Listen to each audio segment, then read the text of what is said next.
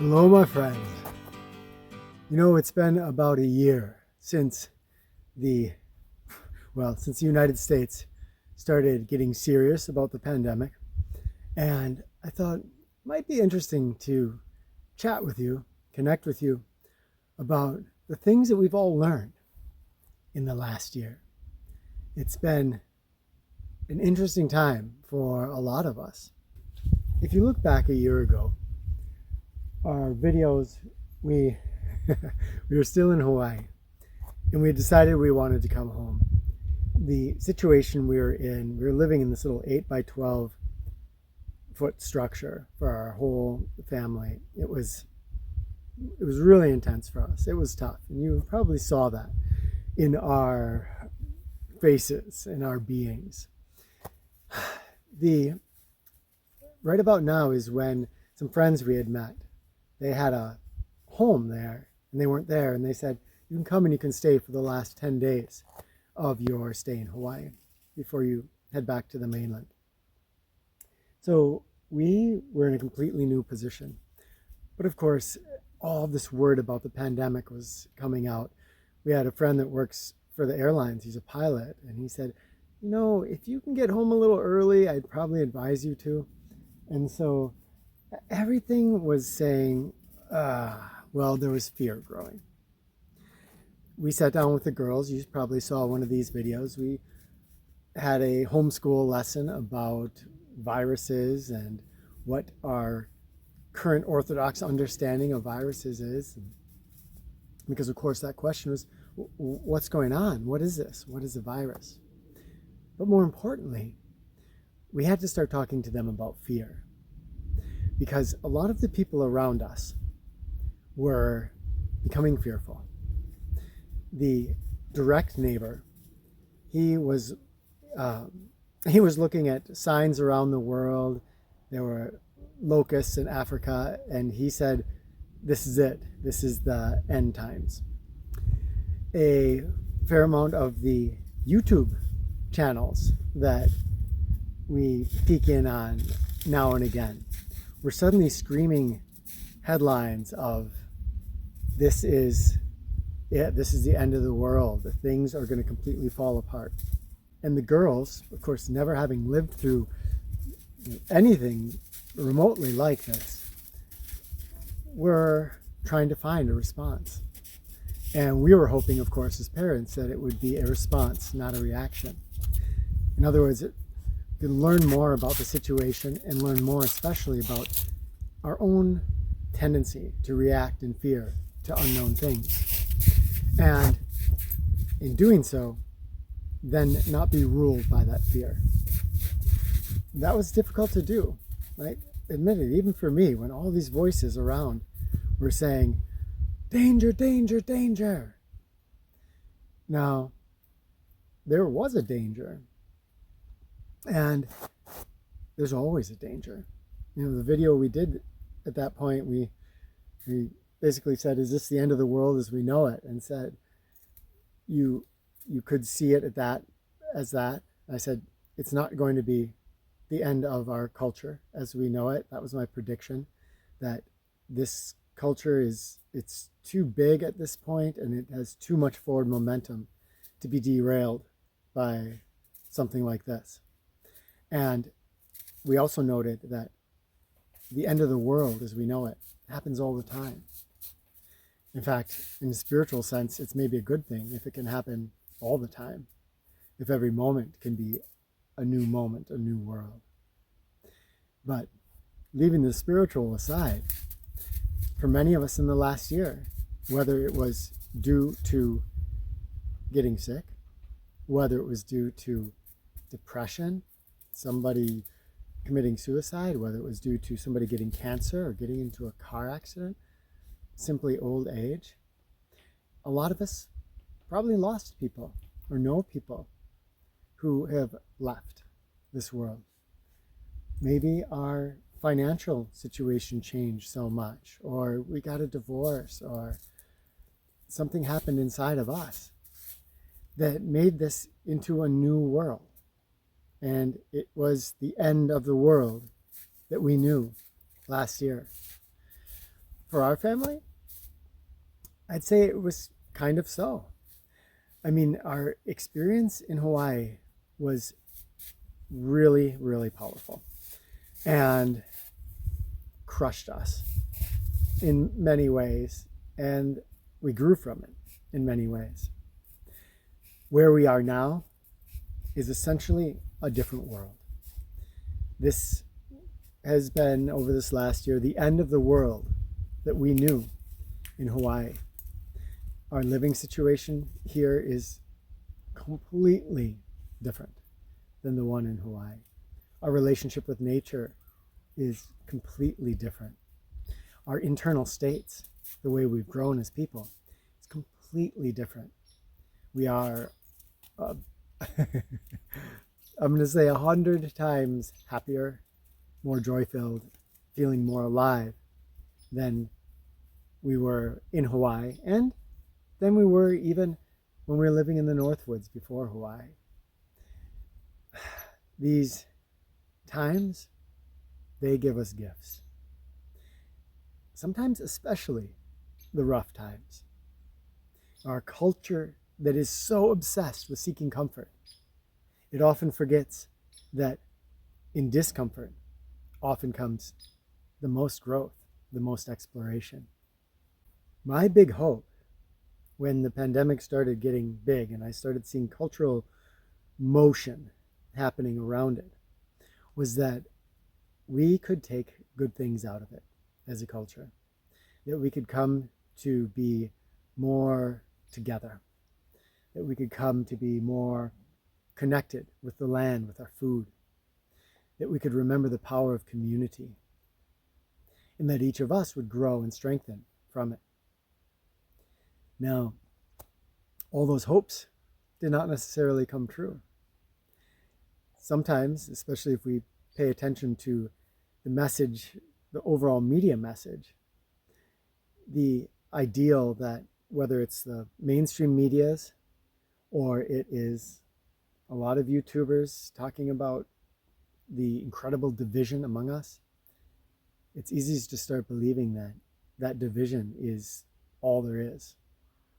And spend time on Facebook, spend time online, and we'll start to become convinced of that. It's been interesting for us here to have experienced a very different reality. It's the boots on the ground reality. And I think that's the one we all need to pay a little bit more attention to, is what is our boots on the ground reality that we're experiencing? You know, up here, we have people that are next door neighbors.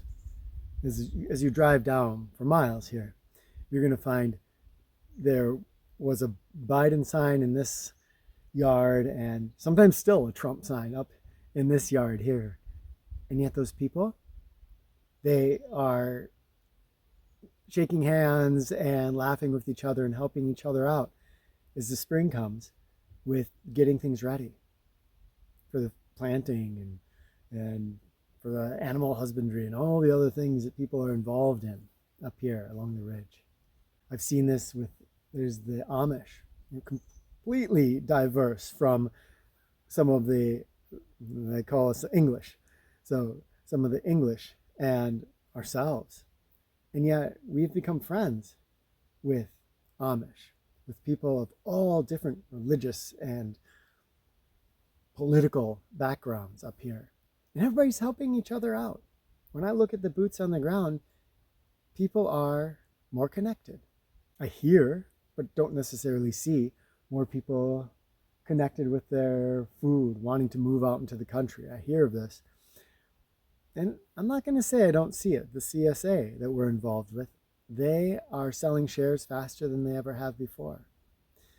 People are looking for that local food connection. So, okay, maybe that one actually came true a little bit. And I'll bet that most of us, especially you that watch this channel, probably somebody who is intent on exploring yourself and your world, that we've grown over this last year. We've learned. But see, we see the positive things sometimes when we look at what's actual in our world, not when we tune in to those screaming voices. It is so easy to become consumed by fear. This is what we had to share with our girls about this time last year, that they are probably going to witness people around them who become very fearful. When we become fearful, we want to define the world around us. We want to be able to say, this is what's going to happen. And so we latch on to some idea. We may latch on to whatever idea is then presented to us most seductively. So we may be people that believe this was a virus, it had natural causes. We might be people that believe this was a virus, it was released from a lab. We might be people that believe this is not a virus, this is 5G technology. We might believe that whatever. Most of us probably wrestled with this barrage of information coming in. And all of these people saying, believe me, I'm the right one. I'm the right voice. And hey, Vinvar. And as we saw it, we probably noticed our mind's desire to latch on to one of those voices. Say, okay, fear, you can be soothed by latching onto this voice. It says, I know. Here's the answer. And then we get that feeling of security from feeling like we're in the know. Did we find ourselves over this past year latching onto something? Or did we see ourselves maintaining our curious mindset, our unknowing mindset that looks around at the world and keeps gathering information and doesn't latch onto an idea so strongly that information gathering ceases? That's what we had to tell our girls. Keep your minds open. Keep aware. Keep observant. When you feel fear, talk with us about it. Talk with each other about it. We'll explore those fears. And as we did that, we found that the negative impacts that were happening in the culture around us didn't hit us very hard. Because I think the most powerful thing that could affect us through all of this is fear. And that fear also manifests as anger, as frustration. When, for instance, maybe we're in a lockdown for the 4th time and we're so tired of this and we feel alone and depressed and lonely and hopeless. So how do we not fall into that fear? How do we not fall into that despair? You know, I'm always saying to you, and I want to really clarify it today, that there is the message the world's giving us, and then there's our own experience. And so I think the power in coming through this, on the other side, strengthened and enriched, is in looking at our boots on the ground experience and being honest about it. It may have sucked. It may have been really, really bad. It may have been not so bad. But what happens when we look at our own experience and we stop tuning in so much to everybody else's idea, especially to the screaming loud voices saying, look at me. I'm going to tell you how bad things are. I'm going to tell you how whatever. The weirdness of the world is that often it's not as dramatic as people would like to believe. We have our movies, and movies, it's always big and dramatic. It's got to all happen in an hour and a half or 2 hours, right? But in our life, things are slower. Yeah, here in the United States, we saw some social unrest. We didn't see anything like a civil war. We saw that storming of the Capitol. We didn't see the complete breakdown of our culture. It's, in some ways, I'm sorry to say, it's kind of normal out there. when I go into town. The gas stations are still operating. People are still driving their cars, going and buying new cars, going to the grocery store. A lot of it is pretty much the same. And in some ways, that's maybe the biggest danger that we face through all of this, is going back to something that wasn't really working for this planet, wasn't really working for most of us. I want to urge all of us to continue envisioning a world that is filled with interconnection, where human beings feel connected to this world that we live in and connected with each other, where we stop using these labels that everybody wants to slap on everybody else, generalizing everybody, but using those labels to define each other instead of seeing each other as individual, unique human beings. I want to envision a world where we feel like we are fulfilled. It doesn't mean that we are all gazillionaires. It just means a world where we start to change our mindset so that we aren't always stuck in desire, so that so many of us aren't wrestling with depression and frustration, where we can feel joy in this moment. That's really tough for a lot of us who are just trying to scrape by every day, every month. And I think we can do that. We can do it together.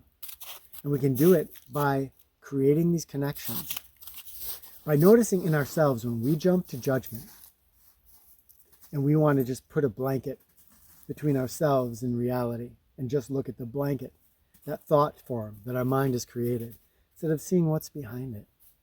As we start to do this, each of us, then, wow, we start to connect with each other in new ways. We start to experience life in new ways. That, I think, is the only thing that's really going to make change. If we want the end of the world as we know it, if we want a civil war, this change, that change we dream of, it's not going to come by new laws being passed.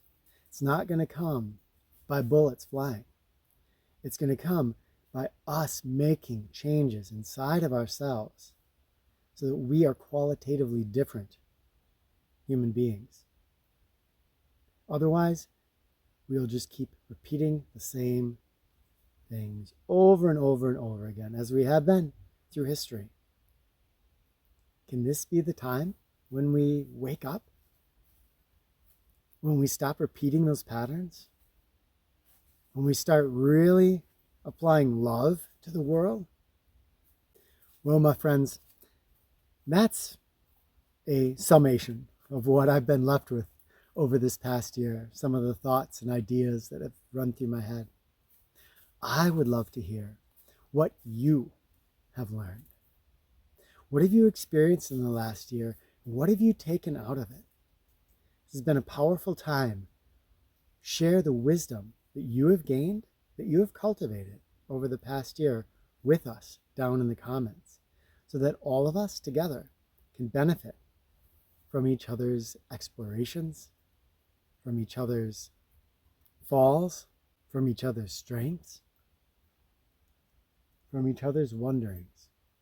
Whether it was good or bad, whether you crashed, burned, flew, soared like a hawk, share it in the comments. We'll all learn from each other. All right, my friends, so much love to you all, and cannot wait to talk with you down in the comments.